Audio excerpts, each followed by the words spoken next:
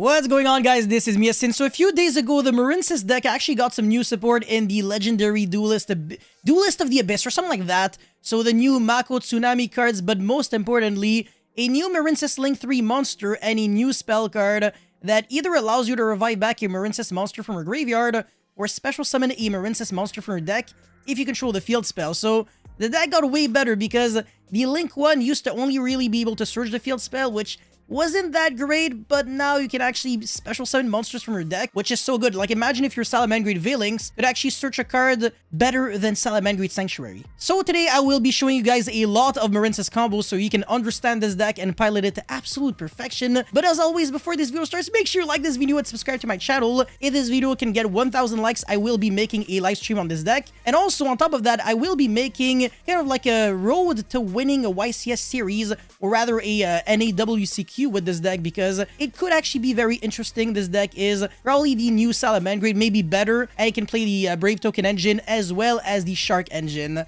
So let's get right into combo number 1 out of 6.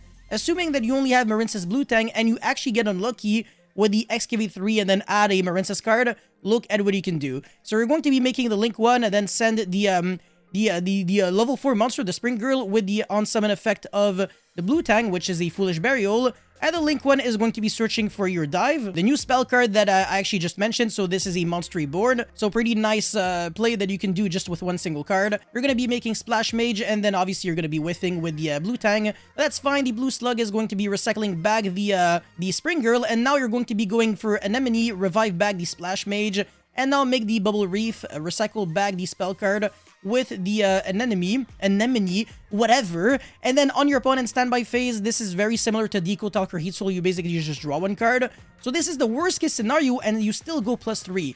Now, Card of Demise is a +2. So imagine if one single card allows you to plus a little bit more than Card of Demise. You get a snowball advantage at the speed of light, and you still have 4 other cards in your hand. So these cards could be extenders, they could be hand shabs, they could be anything. So the fact that this deck has kind of like a built-in Deco Talker Heat Soul is definitely something that we can appreciate. So even your worst hands can do quite a lot. Not necessarily a lot on turn 1, but at least you're going to be setting up yourself for a guaranteed OTK next turn. And obviously, if you can draw into those interruptions, your opponent is not going to be doing too much. So that's it for combo number 1. Let's get right into the next one. Alright, so now this is the exact same combo, but assuming that I get a little lucky with the effect of Blue Tank to excavate a good card. So again, you're going to be sending the Spring Girl. Goddamn, jeez. Why do I get the names messed up? But yeah, Chainlink 1, Chainlink 2, this time we get the Dive. Or if we got the Battle Ocean, then we would be searching for the opposite card. But now we get to summon a monster from the deck instead of reviving back from the grave. So that's actually really cool. In other words, if you have Blue Tank and Battle Ocean or Dive, even if you get unlucky, this is still the exact same combo.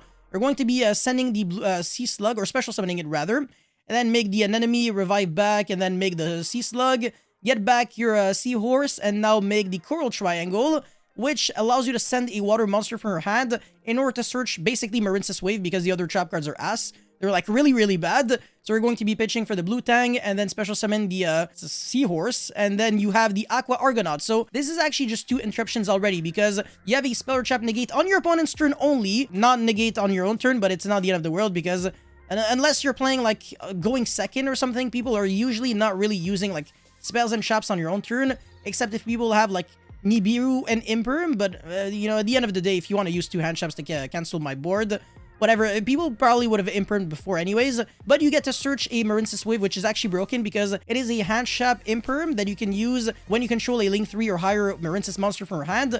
And if you control a Link 2 or higher MARINCESS monster, all of your monsters basically become unaffected by your opponent's card effects until the end of the turn. That's actually huge, because if you have an Aqua Argonaut with 4,300 attack that is unaffected by card effects, good luck beating this. It's really freaking painful.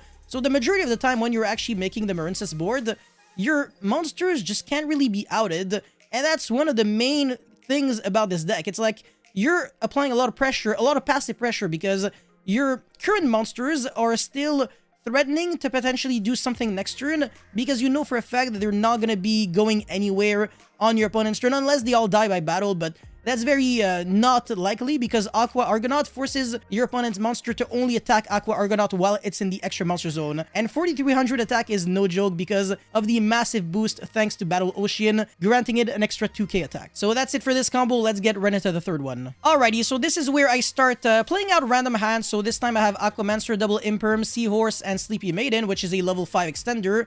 Not the best because level 5 means that you can't make the Link 1 monsters, but it's still an extender for the level, the Link 2 monsters. So normal summon the Sea Slug, and don't make the Seahorse, sorry, the Seahorse. Don't make the Sea Slug, by the way, right away, because it locks you under only summoning waters for the rest of the turn. So you want to summon your Griffin Rider because before you want to use the effect. So get the equip spell and then discard it, summon the Griffin Rider, and now you're basically safe from hand trap. So Nibiru is a joke. It doesn't really do that much. If you were to play Salamangreat, you would actually lose to Nibiru basically every single time, because even if you make Griffin Rider, if you go for the effect of Mirage Talus, you can only use Fire Effect for the rest of the turn, so you will not be able to negate the Nibiru with the Griffin Rider. So that's one thing that you have to keep into consideration. This deck is probably the best Cyber's deck and not caring about Nibiru at all. Anyways, an enemy revive back, and then protect your field spell with the Sleepy Maiden, summon it, and then make the Crystal Heart for an unaffected by card effect Aqua Argonaut, and you can equip back your cards, get a little bit of recursion.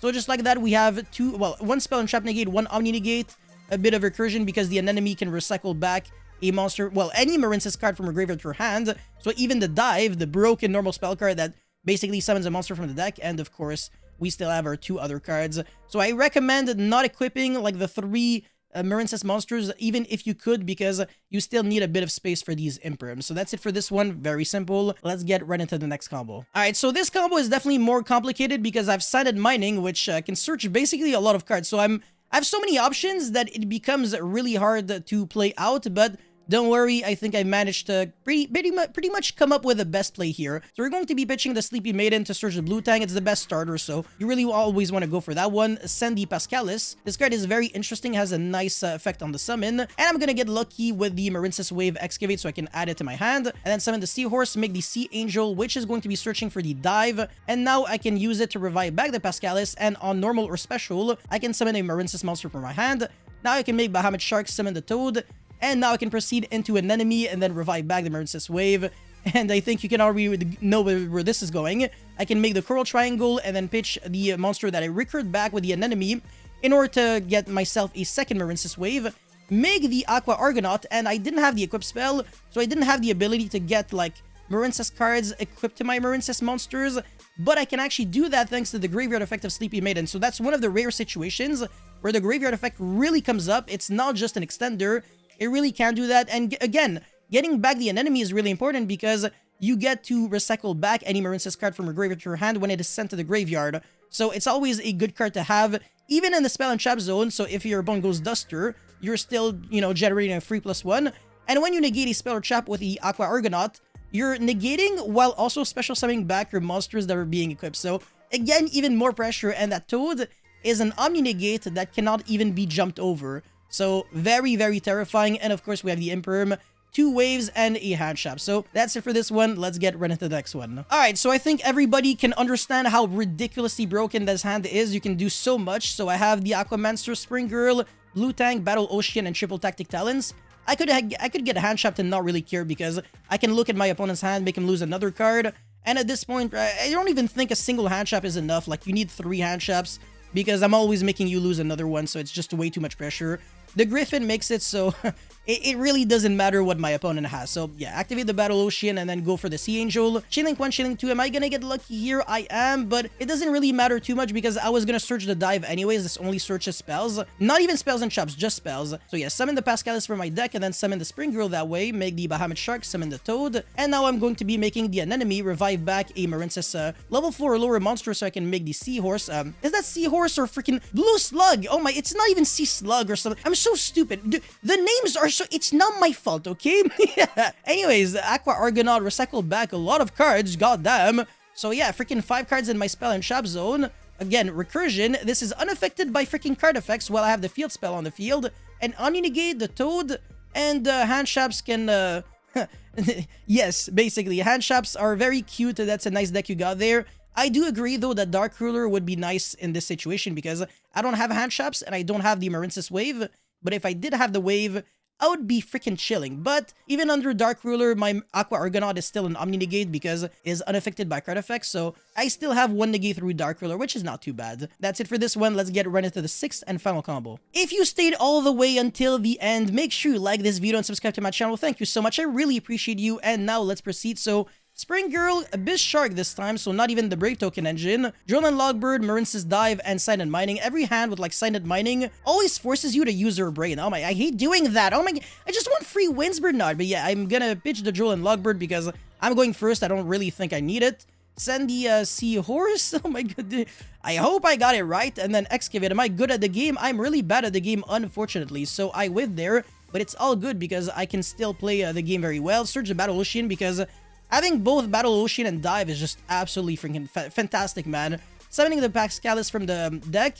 By the way, one thing that I forgot to mention is that Pascalis is a ridiculously broken follow-up because on the next turn, you can banish it from the grave to recycle back any Marincess spell or trap from your graveyard to your hand. So you can get back the Dive, which is an instant follow-up because you have a stacked graveyard, you can revive back anything. You can revive back the Blue Tang, would do whatever you want, and that's actually kind of nasty. So Bahamut Shark, Summon Toad, and now make, of course, the Anemone, and then the yes, and now finally summon the Abyss Shark at the very end, and that searches the Silent Angler, make the Coral Triangle, recycle back whatever, kind of doesn't really matter too much, because now I'm going to be pitching it right away for Marincess Wave, summon the Silent Angler, make the Aqua Argonaut, get back as many cards as possible, and that's 4 negates because I have an Omni Negate, I have a Toad, a Stealth Kraken, and a Marincess Wave, and again, you could Dark Ruler No More Me if you have a monster on the field that can use the Marincess Wave, negate a monster you control, and now all my monsters are unaffected by card effects. So, again, that is a nice deck you're playing because you're getting floodgated basically with Stealth Kraken if I have Gozen Match, which is disgusting. And I can destroy monsters your opponent control. Well, you control if you're my opponent. The Toad is obviously an Omni Negate, a Spell and Trap Negate. And I can summon the Anemone, recycle back a card when it is sent to the graveyard. And this has a really nasty graveyard effect, by the way. Ridiculously broken card. And yeah, again, an Imperm. So that's pretty much it for this video. Let me know your thoughts about this deck in the comment section below. As always, don't forget to like and subscribe, and I'll see you guys very soon. Peace.